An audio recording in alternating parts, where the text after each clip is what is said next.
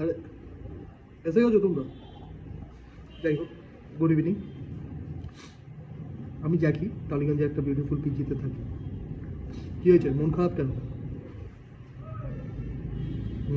কিছু তো হয়েছে।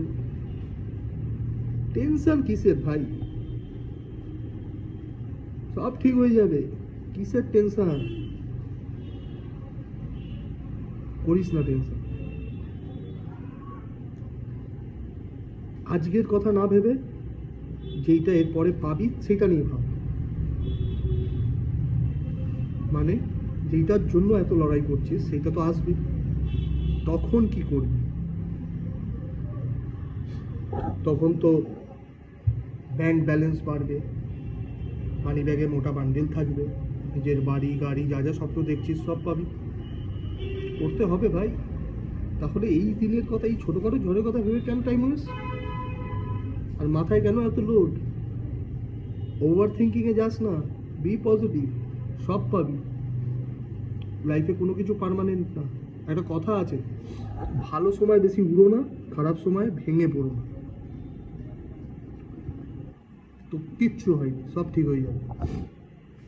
নিজের উপর ট্রাস্ট কর। কেউ শুনুক না শুনুক ভাই, আমরা তো আছি। আমি তোর শুনবো, তুই আমার শুনবি। যারা কানেক্ট হয় তারা এমনি হয়ে যায়। মন খারাপ করে বসবি না। পুজো আসছে, পকেটে টাকা না থাক তাও বেরোবি, বুঝেছিস? আমিও বেরোবো। এই পকেটে টাকা না থাকার ঘোরাটাও একটা বিশাল বড় শিক্ষা। এনজয়মেন্ট ভাই, everything is important to your life. কারণ এই সময়টাকেও ফিল করতে হবে। ব্যথাতেও মজা হয়, এই ব্যথাতেও তুই ফিল করবি মজা যখন সেই জিনিস আসবে। তো এই আমি কি করছি, কি হবে, কেন আমার সাথেই হচ্ছে, এইগুলো নিয়ে ভাবিস না। এইগুলো বেকারের জিনিস। তোর কাছে যখন ওই বান্ডিলটা আসবে সেইটা নিয়ে ভাব, তখন কি করবো দেখবি পুরো একদম সিনারিও চেঞ্জ হয়ে গেছে। পজিটিভিটি ইম্পর্টেন্ট, নেগেটিভিটি না। তো বি পজিটিভ, বুঝেছিস? এবার হাস, সব ঠিক হয়ে যাবে,